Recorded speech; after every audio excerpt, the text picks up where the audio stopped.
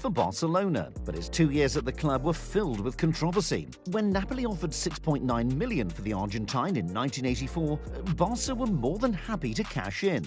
It was a world record fee at the time, but it also proved to be a bargain. Napoli had never won Serie A before Maradona joined the club. By the time he left in 1991, they'd won it twice, as well as a Coppa Italia and the UEFA Cup. Napoli weren't a one-man team, but without Maradona, they wouldn't have had anywhere near as much success. The Argentine genius established himself as the world's best player in Naples. He'd been even more successful if he hadn't got caught up with the Camorra crime syndicate. "I saw Maradona do things that God himself would doubt were possible," said Zico, who played against him for Udinese. When Maradona died in 2020, Napoli renamed their stadium after him, which says it all about his importance to the club. Frank Lampard to Chelsea, £11 million. When Roman Abramovich bought the club in 2003, Chelsea immediately started splashing the cash. Within 2 years, they were champions of England for the first time in half a century. Two of the most important players of Chelsea's modern era were already at Stamford Bridge when Abramovich arrived. John Terry came through the academy, and Frank Lampard was signed from West Ham in 2001.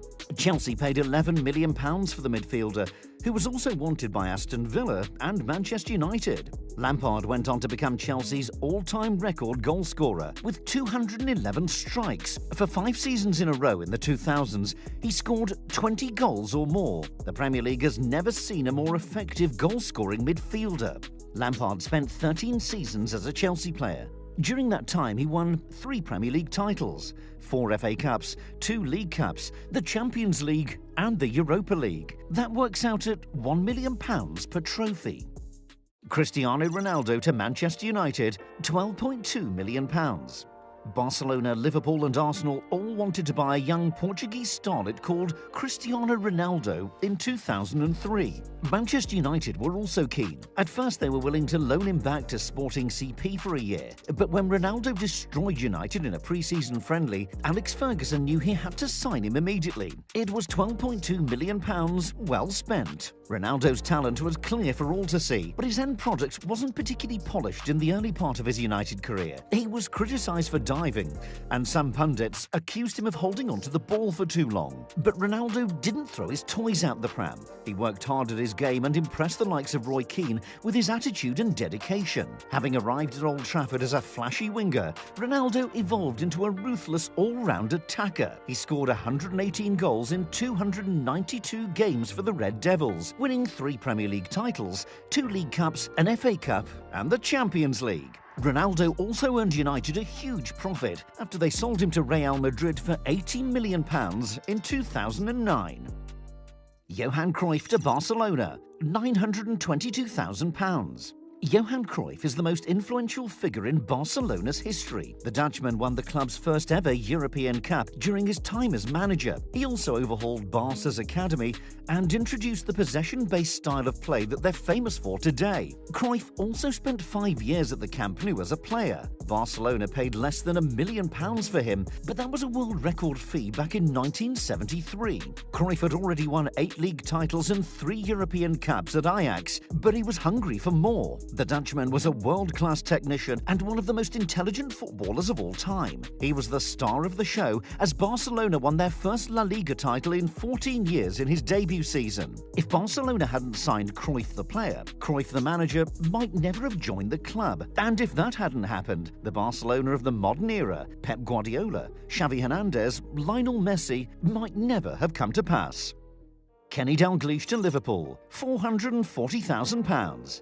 In 1977, Kevin Keegan decided to leave Liverpool. He was wanted by clubs across Europe and eventually chose to join Bundesliga side Hamburg. That left the Reds in a sticky situation. Pundits predicted they'd struggle to replace Keegan, who went on to win 2 Ballon d'Ors in Germany. In fact, the Reds managed to find an upgrade on the Englishman. Kenny Dalglish arrived from Celtic for £440,000 a few weeks after Keegan's departure. That was a British record fee, and Dalglish was under pressure to deliver. He certainly did that.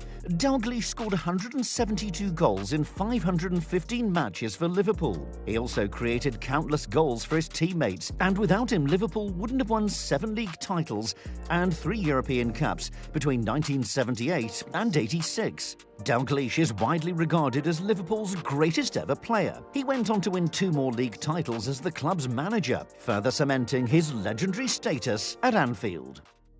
Sergio Aguero to Manchester City, £35 million. Sergio Aguero developed a reputation as one of the hottest young strikers in Europe at Atletico Madrid. In his final season there, he scored 27 goals in all competitions. Manchester City liked what they saw.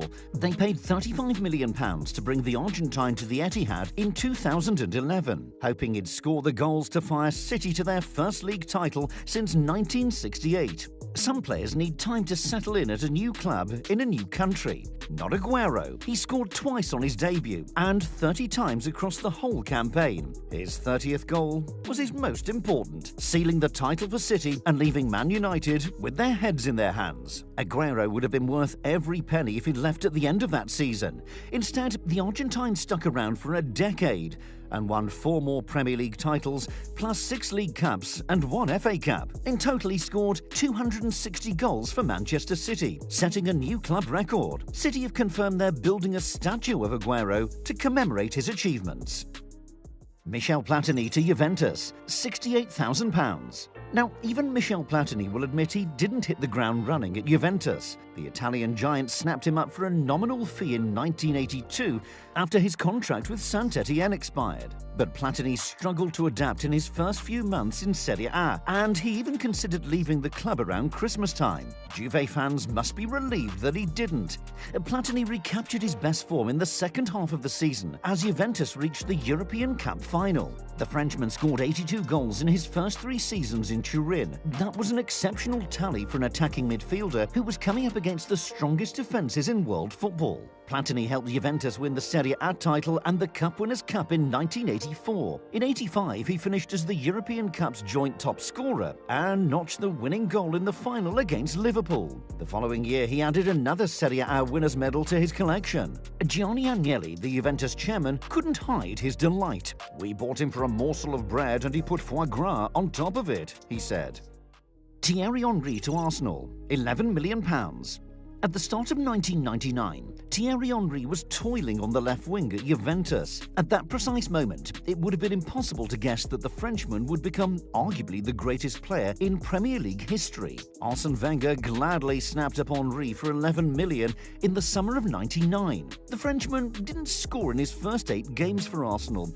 He admitted he had to literally go back to school and be retaught everything about the art of striking. Those lessons paid off. Henry soon became one of the best strikers in England, then Europe, then the world. With 226 goals in 370 games for the club, Henry remains Arsenal's all-time record goalscorer. He was an integral part of 2 Premier League title triumphs at Highbury, the second of which saw Arsenal go through an entire season unbeaten. Henry also won 2 FA Cups and helped Wenger's side reach the 2006 Champions League final, where they narrowly lost to Barcelona, the club Henry joined 1 year later.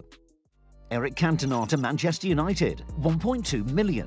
If it wasn't for Leeds chairman Bill Fotherby, Manchester United might never have signed Eric Cantona. In 1992, Fotherby telephoned United chairman Martin Edwards to ask whether Dennis Irwin was available for transfer. Edwards conferred with Alex Ferguson and told the Leeds chief no, but Ferguson wanted to know whether Leeds might consider selling Cantona. To his surprise, Fotherby suggested they would. Within a few days, the deal was done. United paid just £1.2 million for the maverick Frenchman. He was the final piece in Ferguson's jigsaw. Through outstanding natural ability, tactical intelligence, and sheer force of personality, Cantona helped United take the next step. The Red Devils proceeded to win 4 of the first 5 Premier League titles. The Frenchman wasn't around for the treble in 1999, having retired from the game aged 30. But if Cantona had never joined United, an achievement like that wouldn't have been possible.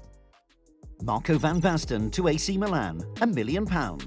When he left Ajax in 1987, any club in world football would have been improved by the presence of Marco van Basten up front. It was AC Milan who won the race for his signature. They paid around £1 million for the Dutchman, who was joined at the San Siro by his compatriots Frank Rijkaard and Ruud Gullit a year later. Van Basten wasn't an instant hit. He only played 11 games in his first season due to an ankle injury. In 1988-89, the Dutchman was magnificent. He scored 33 goals in 47 games as Milan won the European Cup under Arrigo Sacchi. They retained the trophy the following season, when Van Basten found the net 25 times. The striker's career was sadly cut short by injury. He played his last match aged 28 and was forced to retire 2 years later. In his prime, though, Van Basten was one of the greatest centre-forwards of all time. At £1 million, he was also one of the biggest bargains in football history.